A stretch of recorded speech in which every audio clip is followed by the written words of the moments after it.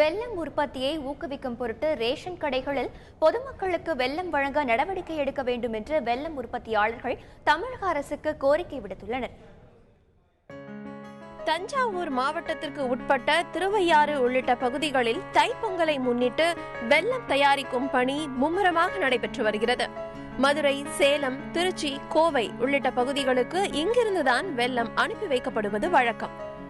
ஆனால் இந்த ஆண்டு மழையின்றி கரும்பு உற்பத்தி பாதிக்கப்பட்டுள்ளதால் முன்பு போல் வெல்ல உற்பத்தி அதிக அளவில் இல்லை என்று வெல்ல உற்பத்தியாளர்கள் தெரிவிக்கிறார்கள். தற்போது திருவையாறு பகுதியில் தயாரிக்கப்படும் அச்சு வெல்லத்தை பொங்கல் பண்டிகையையொட்டி அரசு ரேஷன் கடைகளில் பொதுமக்களுக்கு வழங்க அரசு நடவடிக்கை எடுக்க வேண்டும் என்பது அவர்களின் கோரிக்கை. இந்த வருடம் மழை இல்லாத காரணத்தினால் சுகர் கண்டென்ட் கரும்பில் குறைவாக உள்ளது. எப்போதும் கடந்த பல ஆண்டுகளாக ஒரு டன் கரும்பு அரைத்தால் 100 முதல் 120 கிலோ வரை சர்க்கரை வரும். தற்போது தண்ணி பற்றாக்குறையின் காரணமாக 80 முதல் 90 கிலோ தான் வெல்லம் கிடைக்கிறது. அதனால் மிகுந்த நஷ்டம் ஏற்படுகிறது. அதனால் விவசாயிகள் ரொம்ப வேதனையில் இருக்கிறோம். மாண்புமிகு முதலமைச்சர் அவர்கள் ரேஷன் கார்டு ஒன்றுக்கு அரை கிலோ வீதம் பொங்கலுக்கு வெல்லம் வழங்க விவசாயிகள் சார்பாக நான் கேட்டுக்கொள்கிறேன். இப்போ 4 டன் தான் ஓட்டுவோம். இப்போ 3 டன் 4 டன் தான் ஓட்டுறோம். அதனால் தொழில் ரொம்ப சீரழிஞ்சிட்டு வருது.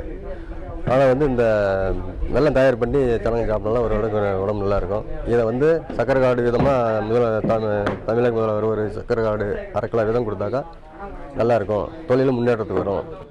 இதனிடையே கரும்புக்கான விலையை உயர்த்தி வழங்க வேண்டும் என்றும், கரும்பு சாகுபடி பாதிக்கப்பட்டுள்ளதால் நிவாரணத் தொகையாக டன்னுக்கு 500 ரூபாய் வழங்க வேண்டும் என்றும் விவசாயிகள் கோரிக்கை விடுக்கிறார்கள்.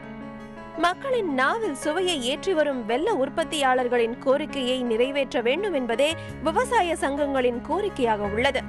தந்தி டிவி செய்திகளுக்காக தஞ்சாவூரிலிருந்து செய்தியாளர் நிஷார்.